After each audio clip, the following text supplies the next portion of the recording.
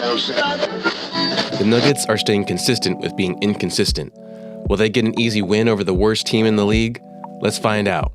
You're watching CS 105.1, where I talk about sports and movies with good vibes. Let's get it.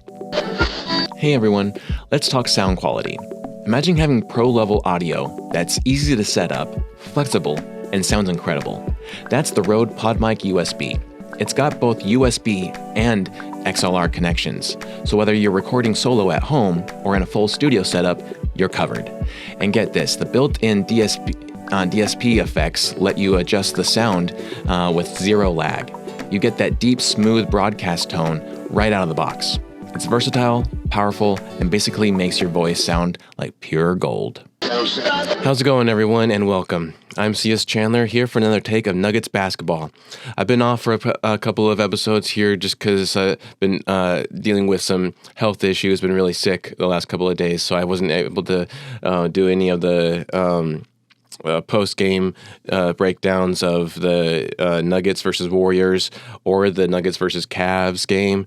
And so I'm actually going to do little things a little bit different here this time, and I'm going to go over a little bit of that, and then I'll dive into tonight's game, which I'm just going to say it right now is the Nuggets' new low. So let's backtrack, shall we? The Nuggets faced the Warriors, who were on a 4-game losing streak, and they were hungry for a win. And fortunately, the Nuggets showed up in a very, good way of like showing that they actually cared about a game. And it kind of seems like the Nuggets only really care about playing basketball when it's versus the Warriors or the Lakers. Other than that, the Nuggets don't really care about basketball. That's kind of where I've kind of come to understand, is they just don't care about basketball anymore. They only care about playing the Lakers and the Warriors. So, and I won't really go too much into this game because it's already been a few days ago now. But the big thing I will say is that there was a lot of talk about the end of the game and how that game ended. And it ended with CB jumping and diving for the ball and then calling a timeout. Now, there are many other aspects to this. For one, right after that, Steve Kerr lit up the refs and he didn't get a tech. So if you're going to give a tech, let's just say hypothetically CB called a timeout. If you're going to give a tech to him for calling a timeout when you have 0 timeouts left out, but then you as a coach are calling out the refs as hard as he was, you should give him a tech. It's a double tech. It doesn't matter. They didn't do that. They actually didn't do any techs there because one thing, too, when you rewatch that play, CB doesn't call for a tech. It kind of looks like he does, but he doesn't. Not at one time did his fingers ever go in the timeout position. It kind of looks like it does because at one point he holds the ball and does this, but he doesn't call for a timeout. I think it was more of that he was just trying to hold on to the ball in a weird way. But the only way you would probably know if he was calling for a timeout is if you were there around him and you heard him say timeout. That didn't happen. And so you have to go based off body language. And when you rewatch it, slow it down, he doesn't call for a timeout. So then the other level to that is that Malone actually did 2 challenges in that game. Both were successful, and yet both times he lost a timeout. That's not how it usually goes. Usually when you call a challenge and you get successful, you get to keep your timeout, and then you get another challenge. The second challenge, you lose your timeout for calling it, but even if it's successful. But to lose both timeouts for calling a challenge, that's just stupid. So already there, that should also cancel out the fact that Christian Braun called a timeout. But they won, and it was really nice to see them win in a on court, on home field. You know, they really needed that on that atrocious cup game floor. which thank God now that's over for the Nuggets, so you don't have to see that awful floor anymore. But like the other point I wanted to make on that game is that even though it was a cup game that we were already disqualified from because of the loss with the Mavs, it still meant something, and more specifically, it meant for rankings within the league within the regular season, because each of those 4 games leading up to the knockout round for the in-season tournament counted as regular season games as well. So it didn't just matter to the Warriors. They definitely needed to win to be able to retain home field advantage for when they are go into the knockout round. But win or lose, they were still going to make the knockout round. So it meant more for the Nugs to be able to stay relevant within possible playoff conversation. And right now, we are hanging in there with the play-in, because that's what kind of team we are right now. We are a play-in team, and it only gets worse from here. So buckle in.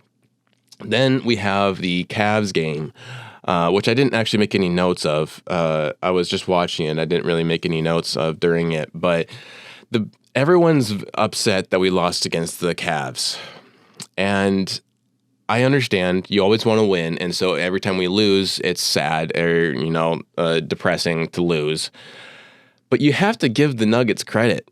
They only lost by 12 points to the Cavs. The Cavs are the 1 seed. They are the best team in the league right now. They're even better than those Celtics that everyone loves.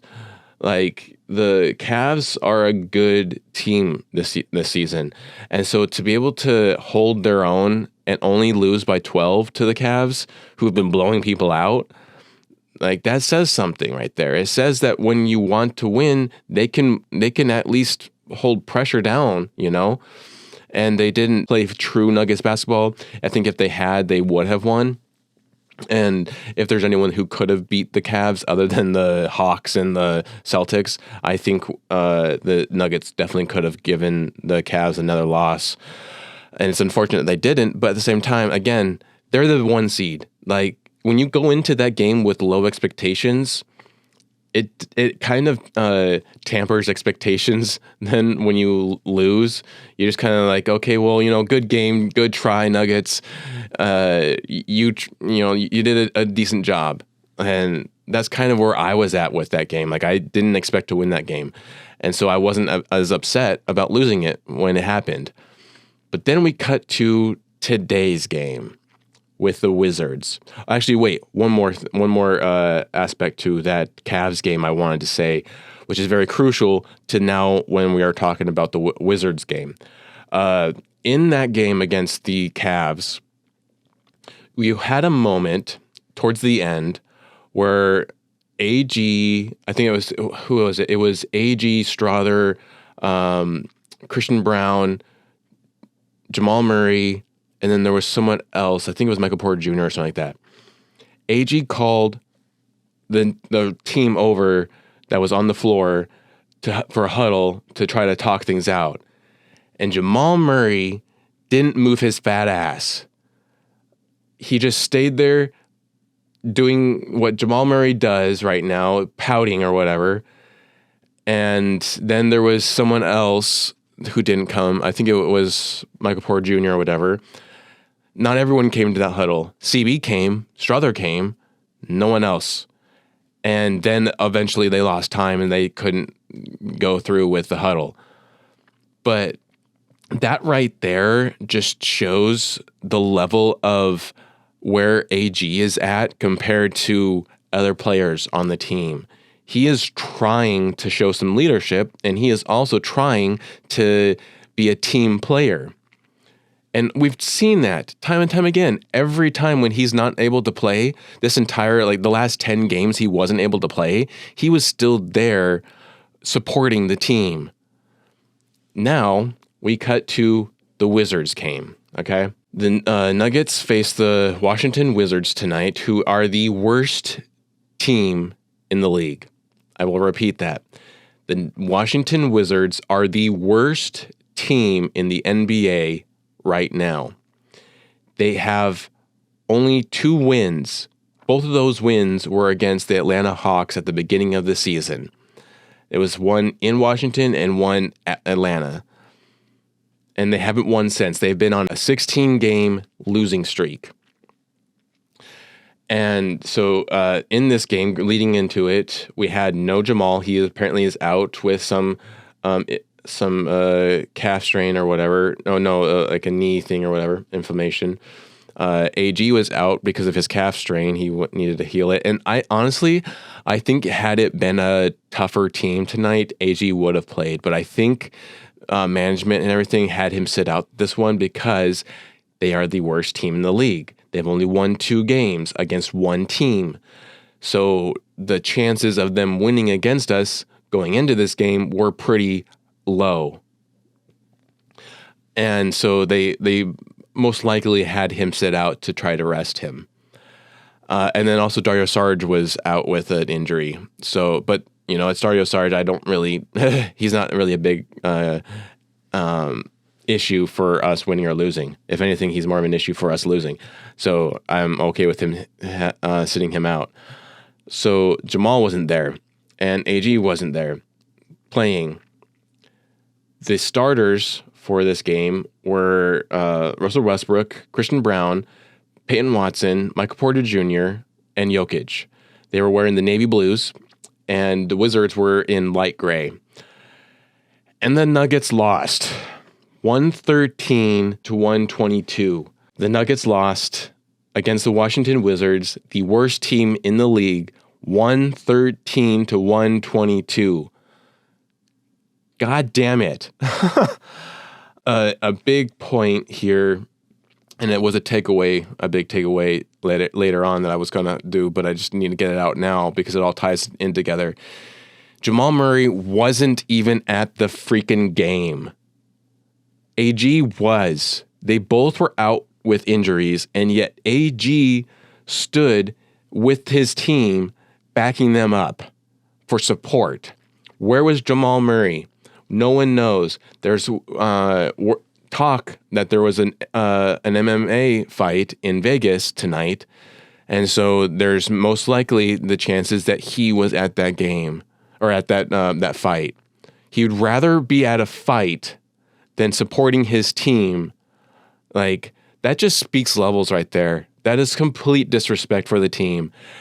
I know he's been going through some shit in his head, and I think now it's come to a tipping point, because before now I've been, backing him up. I haven't really been wanting to be on the Jamal bashing train or whatever, but when you aren't even there with your team, I mean, let me get this straight, or let me just, put this out right now.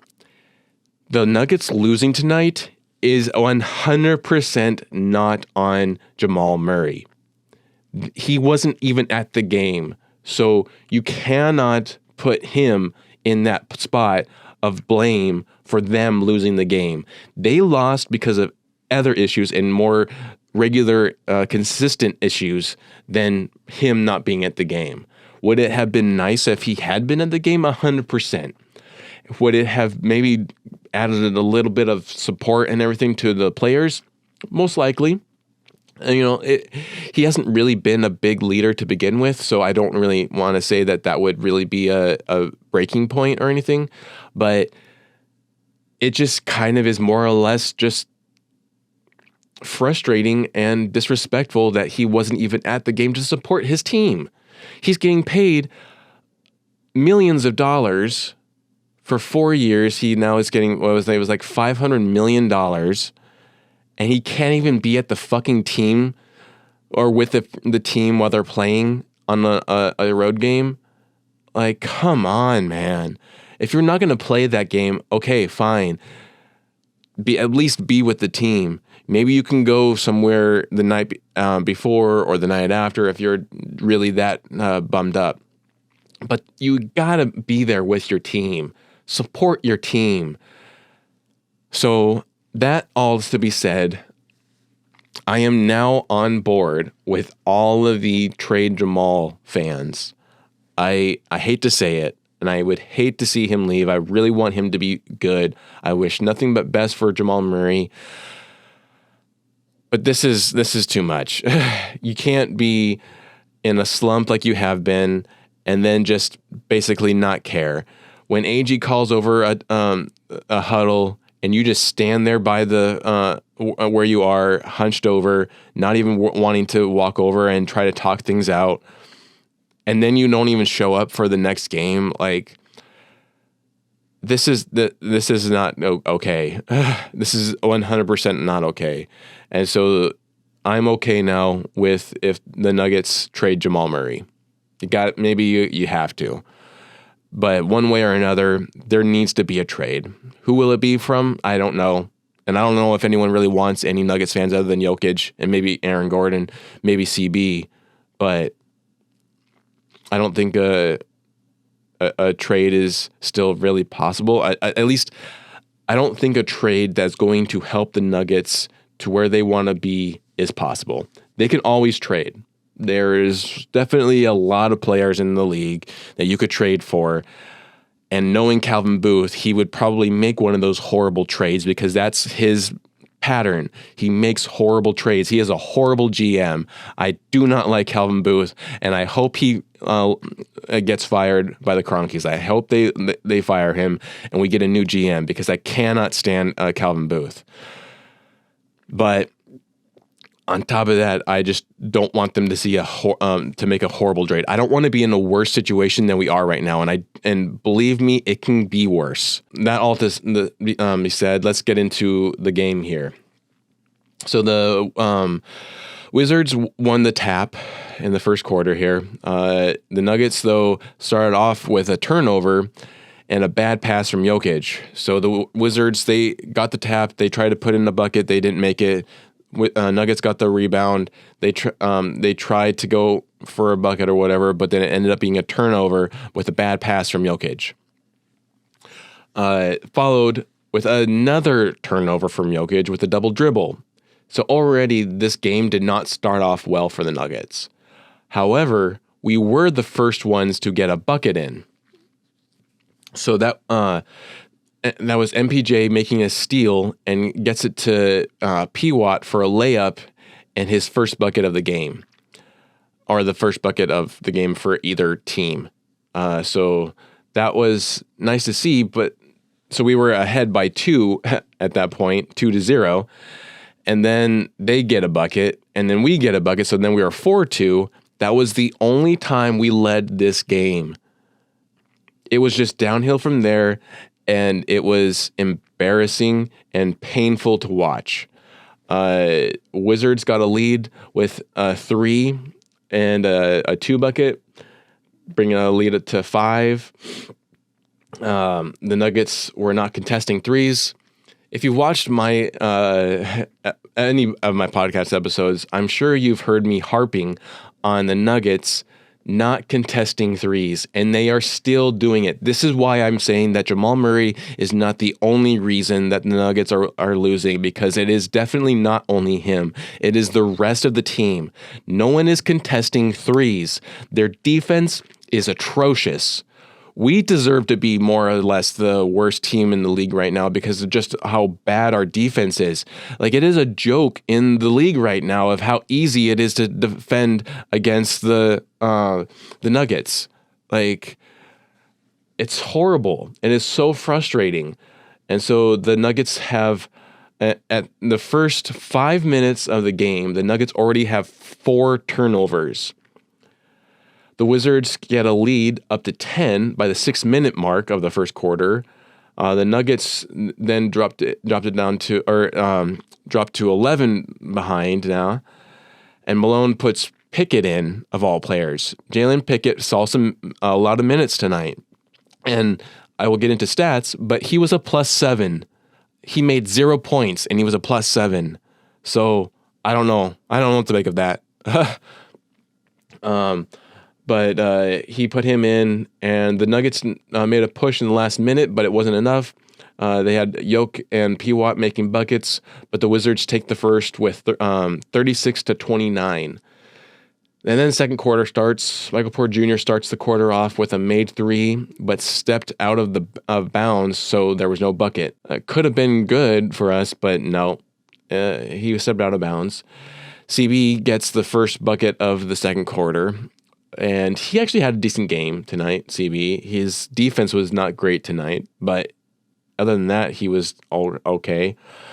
The Nuggets, again, like I've been harping on every freaking episode, is they were not rebounding offensively. Their offense rebounding is atrocious as well. It's so difficult. It's so stressful and like frustrating to watch the Nuggets put up a shot and they don't know if it's going in or not, and yet most of the team is already on the back court instead of trying to get in a rebound. It's so maddening. And so the Nuggets weren't rebounding offensively. Strawther shoots a three, and Hunter was the only Nugget in the paint. Like, come on, Nuggets. Why is there only one man in the paint? Why are the rest of you just standing there watching the ball? That happens throughout the majority of this game tonight, was just Nuggets watching the ball. And then Hunter actually tried to put up a shot and everything. He got fouled. He went to the foul line, and luckily he's decent at free throws. But like, that just shouldn't happen. You shouldn't have just one blue jersey in the paint. There should be multiples. And so the Wizards get away also with a moving screen on Hunter. There was one moment there where they were transitioning, and Hunter definitely could have gotten in a breakaway basket from the Wizards, but they had a moving screen on him, and that took him out, and they didn't call for that. So, and then Strawther trips and just gives up the ball without a fight. Meanwhile, none of the other Nuggets tried to even help. They were all just watching. This is what I'm telling you about. Like, there's zero effort at all with the Nuggets. Jokić gets the first three, and the Wizards by this point are up by 14, but Jokić finally gets up the first three of the game for the Nuggets at the 45-second mark of the second quarter. Wizards win the second quarter 33-28. Wizards were in the lead going into the half, 69-57. Then we go into the third quarter. Westbrook to CB start the third off with a bucket in the paint, and Nuggets get back-to-back buckets. Jokić goes on a masterclass with 42 points at this point, and him and Hunter both fight for the rebound. Like, it seemed like there was some good effort from Hunter tonight within trying to rebound. It seemed like he was actually starting to try a little bit, but if you only have one or two players trying to fight for things, and when you have three other players there on the court, like, it's not going to help. You need all five players to be wanting the ball and wanting to make the team better. And so Poole, though, had himself a night tonight, and he seemed pretty much unguardable, and he kept on making uncontested threes. He was 9 at this point when I was in the third quarter. He was 9 for 17. He made 9 for 17. We'll get into the stats here, but again, but seriously, he made over half of his threes were made, and a lot of them were uncontested. I don't understand that. Why aren't you even trying to contest his threes? Nuggets win the third quarter, however, 36-30, but I mean, still, like, that's 36-30. That's not very much. Fourth quarter, Butler on the Wizards gets a three to start the fourth and for the first points of the quarter, and also brings the Wizards to 100, the first to 100. Strawther makes a three at the 8-minute mark that gets the Nuggets to 100. So already 4 minutes have passed, and we still were not in the 100 section until Strawther got us there. Jokić gets 55 at this point. he actually walks away with even more. With a career high. Malone calls for a foul, calls a foul call on Brody. The refs called a foul on Brody, and Malone challenged it, which was successful, and they got the ball back. And then the Nuggets showing some fight, but at this point it's too little, too late. The Wizards win the fourth quarter, 23-20, and the Nuggets lose again, 113 to 122 to the worst team in the league. So we'll get into stats after this break. Hey everyone, if you're looking for a game-changing webcam that keeps up with every move, you've got to check out the Insta360 link. It's a 4K AI-powered webcam that auto-tracks so you're always in frame, even if you're moving around. Perfect for live streams, meetings, content creating, also podcasts. It adjusts to light, zooms in and out, and follows you naturally. This is hands-free, hassle-free, studio-quality production for anyone who wants professional visuals right from the desk. Insta360 Link is a total game changer. And we're back. All right, so stats here. We have Peyton Watson, who played 25 minutes. He had 4 points, 2 rebounds, 2 assists, 1 steal, 1 block. He was 2 for 5 from field goals, 0 for 1 in 3 points. He had 1 turnover, 3 personal fouls. He was a minus 17 tonight. Michael Porter Jr. Played 36 minutes, had 11 points, 5 rebounds, 6 assists, 1 steal, 1 block, 5 for 14 in field goals, 0 for 5 in 3 points, 1 for 2 in free throws, 2 turnovers, 2 personal fouls, was a minus 8. I think this was actually Michael Porter Jr.'s worst game, to be honest. And then we have Nikola Jokić, who played 38 minutes. And let's stop right there. Like, he cannot be playing 38 minutes every fucking game. He needs help. And the Nuggets just aren't giving it to him. Calvin Booth and Malone are not giving him the help. Malone is using him because he needs to, it's a tool or, a source that he can go to consistently get buckets. And so I don't blame Malone as much as I do Booth. Calvin Booth needs to get Jokić some help. But Jokić got a double-double tonight. He almost got a triple-double, but he got 56 points, 16 rebounds, 8 assists, 1 steal. He was 22 for 38 in field goals, 3 for 5 in field goal or in 3 points. He was 9 for 13 in free throws. He had 5 turnovers, 5 personal fouls, was a minus 1. And then we have Christian Braun, played 37 minutes, was 14 points, 2 rebounds, and then 1 steal, 1 block, was 7 for 14 in field goals. He was 0 for 3 in 3 points, and then 2 turnovers and 3 personal fouls, was a minus 1. Jokić was also a minus 1. And then Westbrook, who starred again in Murray's place, he had 7. He played 32 minutes, made 7 points, 10 rebounds, 12 assists. He almost got a triple double as well. There's gonna be a game when they both get triple doubles. I just know it. I feel it. Him and Jokić. It needs to happen.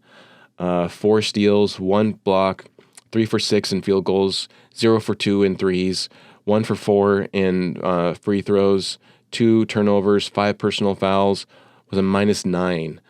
And then bench-wise, Strother had a decent game tonight. He played 32 minutes, had 18 points off the bench, 3 rebounds, 2 assists, 3 steals, 2 blocks, 7 for 3 in field goals, 2 for 5 in 3 points. So only him and Yoke were making 3-pointers. He made all of his free throws tonight, 2 of 2. 1 turnover, 3 personal fouls, was a plus 7. Him and Jalen Pickett were both plus 7s. Hunter Tyson was a plus 2. And then we have DeAndre Jordan, who was a plus 1. Like, that just don't get it. But as I was saying with the other team, Jordan Poole had 39 points tonight. He was 9 for 20 in 3 points. So he has a 45 percentage there, but he also made a lot in the paint. He was 12 for 26 right there, 46 percentage, and then he was 6 for 7 in free throws, 85%. Like him and Gill were the only Wizards who missed a free throw for the. And Champagne also missed 2 free throws. So, if we get down to the full team stats here, the Nuggets had 48 rebounds to the Washington 46. We had 34 assists to their 31. We had 11 steals to their 9, 6 blocks to their 12. We had we were 48% from field goals. They were 49 or 48%. So we tied them in that. We were 20% from field goals or from three pointers, and they were 39% from 3 points. 59% from free throws. They were 72%. Like our free throws has just gone rapidly downhill now. We had 15 turnovers. They had 17. We had 23 personal fouls. They had 21. So that just kind of shows you right there, just kind of 2 different teams right there. Like that was easily a team we could have crushed. Had the Nuggets really wanted to win that game, they could have crushed them, as most teams have. And we didn't. They had more turnovers than us. We had more rebounds than them. But in the end, again, we weren't making free throws. They were. We weren't contesting 3-pointers. They were making the 3 points. We weren't even trying to make 3 points. And when we did, we mostly missed them. And then a couple of them made in. And so, in a ever-growing league that is just strictly focused on the 3-point shot, we're not going to win that fight because we're not good at 3 points. We're not a Cavs or a Celtics. Like we can't make a 3-point to save our life.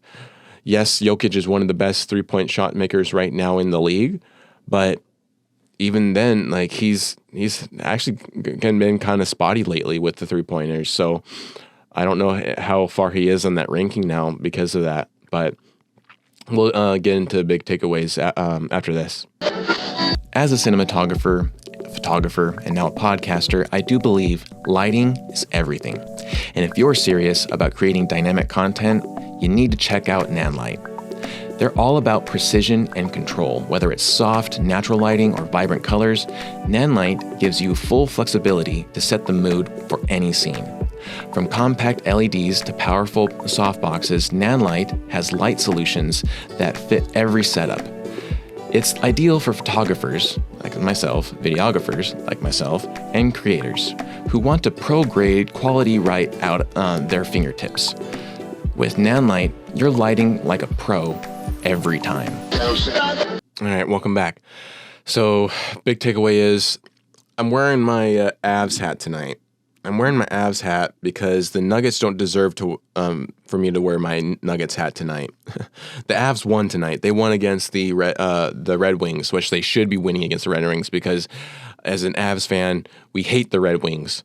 But they won, so they get acknowledgement tonight more so than the Nuggets do. They won 2-1 against the Red Wings, the Detroit Red Wings. So. Go Avs, go. But big takeaways here. The Nuggets are in need of help. And more than anything, tonight was that big red flag. And no, it's not just Jamal Murray, as I've said before. It is a lot of different things. It is the bench. The bench ranks 28th and 29th in the league.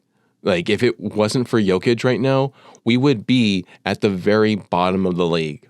We would be probably worse than the Wizards right now. To be honest, we would be probably worse than the Wizards. But luckily we have Jokić, who makes everyone better, literally everyone better, even the opposing team better, because they've been normally only being able to average 100 points, and they got 122 from the Nuggets tonight. So, like, Jokić literally makes everyone better. And it's just crazy.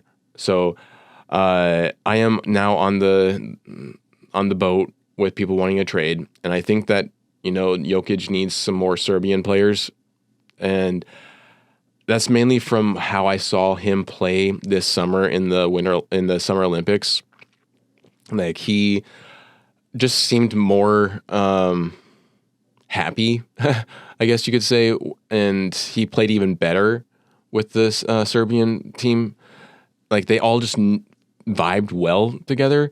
I think, honestly, had they not have been matched up against the U.S., they could have easily have faced the U.S. for the gold-silver matchup, and they would have won at least silver.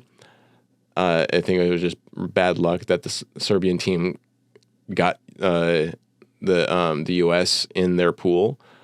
So I think that Jokić needs some more Serbian players, whether it's Bogdanović or it's Micic.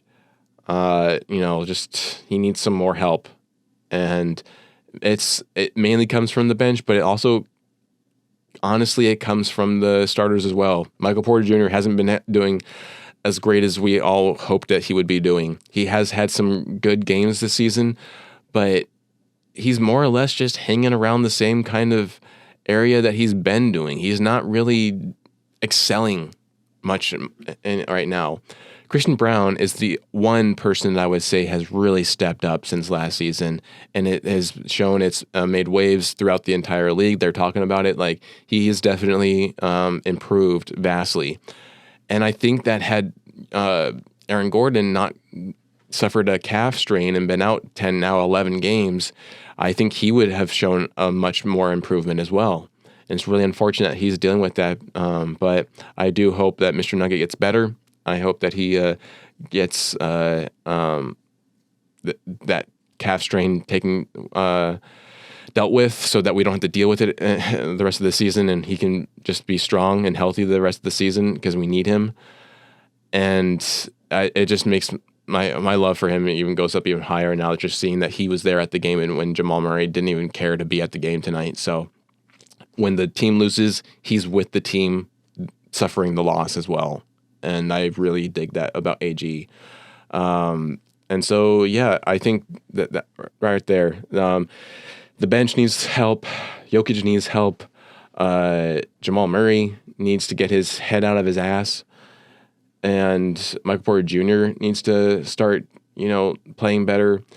Christian Braun, he's been slightly getting worse at defense. He needs to amp that back up, stay locked in. And then just overall, the rest of the team just needs to be better, because they're not. They can be. And, there was a moment in this game tonight where Malone could have challenged some other calls that clearly were missed calls, or wrong calls, you should say. And he didn't. And he then also, put out Jalen Pickett instead of someone else. Like, I don't know why he put out Jalen Pickett tonight. He could have easily put out Zeke Naji, and I feel like we would have probably done better. But, I mean, this just... everyone is to blame, I think, at this point, except for Jokić. Though he did have turnovers. He had the first 2 turnovers of the game. But from there on, he was able to bounce back and have one of his best games of his career. Had his career high in point-wise. He almost had a triple-double had people made their shots. But not very many players in the NBA overall can just switch it on. Except for Jokić. Jokić is like one in the entire league, in the entire world, that can just switch on. Like, he has a switch that he can just, if he's not feeling or whatever, and then all of a sudden just switch it on and he's go. It's all go time for him. Like, he wasn't playing the best basketball in the first couple of minutes, but then he just switched it on. And I think Valanciunas actually switched that on for him. He kind of bullied him a little bit, and it got him going. And so he just got turned on, and he wouldn't stop. And he actually bounced back. And that was, it's always awesome to see that he can be reliable no matter what. But the rest of the team needs to step up, and they need to have a honest conversation with themselves, especially after this loss. Like, we cannot suffer another loss after this. and we cannot, like, we still face the Wizards one more time. It's going to be in Denver, and God help me if we lose against them at home in Denver. Like, that just is unacceptable. This was unacceptable, and they need to have a strong talk. And I just don't want Jokić, AG, and Christian Brown and Westbrook to be traded, honestly. I also don't really want Michael Porter Jr. as much as I've ragged on him this episode. I really don't want him to be traded either because I do really like him, and I think that he's a crucial point to the Nuggets. He just needs to stop ball watching and start stay locked in a lot more. And then I would hate to lose P-Watt, but if it needs to happen for us to get a better bench player, then it needs to happen. So, and then also Strother. I'm okay. I'd hate to see him score 30 points on the Nuggets, but if we need to lose him to get a better player, then so be it. Nuggets' next game is tomorrow. They're going to be facing the Atlanta Hawks. The Atlanta Hawks have had a 6-game winning streak. They are hot right now, and I worry that we will even have a chance to beat them. I think hopefully after an embarrassing loss like this tonight, it woke some people up, and hopefully tomorrow we do bounce back with a good win. We have a 4-game break. There's a 4 days break, and then we're facing the Clippers in Denver because of the fact that neither one of the teams made it into the in-season tournament knockout round, which starts on Wednesday. So they made up 2 games, and that's LA Clippers in Denver, and then the Denver Nuggets go to Sacramento. Frustrating games against Clippers. We've already had 2 of them. We've already lost 2 games against them. Hopefully we win this next one. So hopefully, we go on a little winning streak here. It'd be nice to see the Nuggets go on a win streak. Please go on a win streak. But that's all I got for this episode. I hope you enjoyed it. If you did, please give it a like and subscribe. Share it out to your friends and family. And you've been watching CS 105.1, where I talk about sports and movies with good vibes. We'll catch you tomorrow.